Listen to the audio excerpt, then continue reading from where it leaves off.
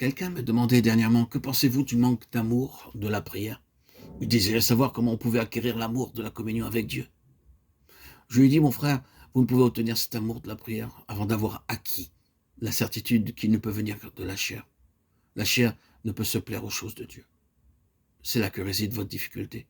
Il ne s'agit pas de dire ou d'écrire dans votre journal, je prends la résolution de prier davantage. Vous ne pouvez pas vous y forcer.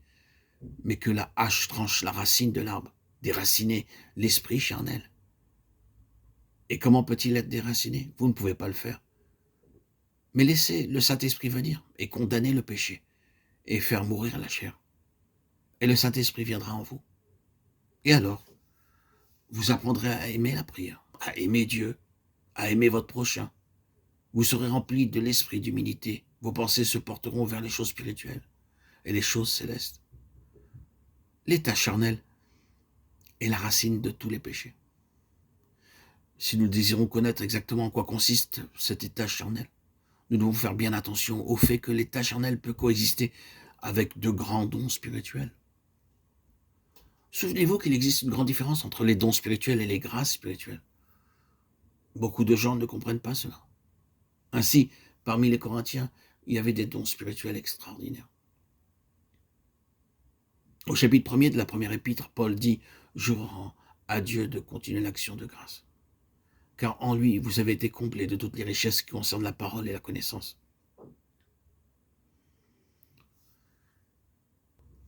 C'était là une chose magnifique, pour laquelle il fallait remercier Dieu.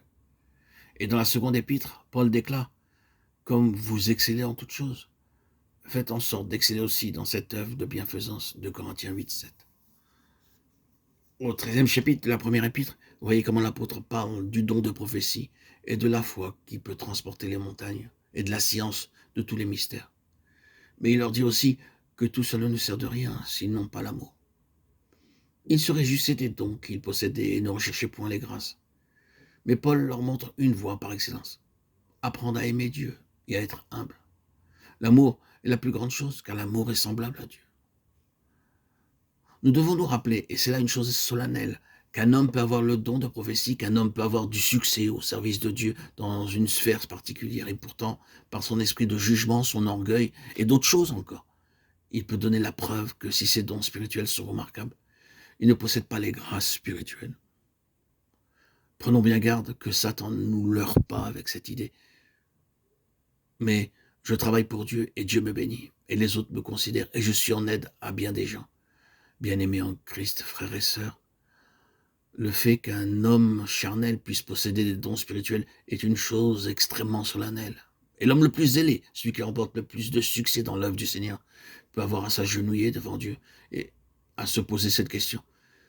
Est-ce que moi-même, malgré les dons que le Saint-Esprit m'a accordés, je ne pêche pas par manque d'humilité ou d'amour ou de pureté ou de sainteté? Frères et sœurs en Christ, que Dieu nous sonde et nous éprouve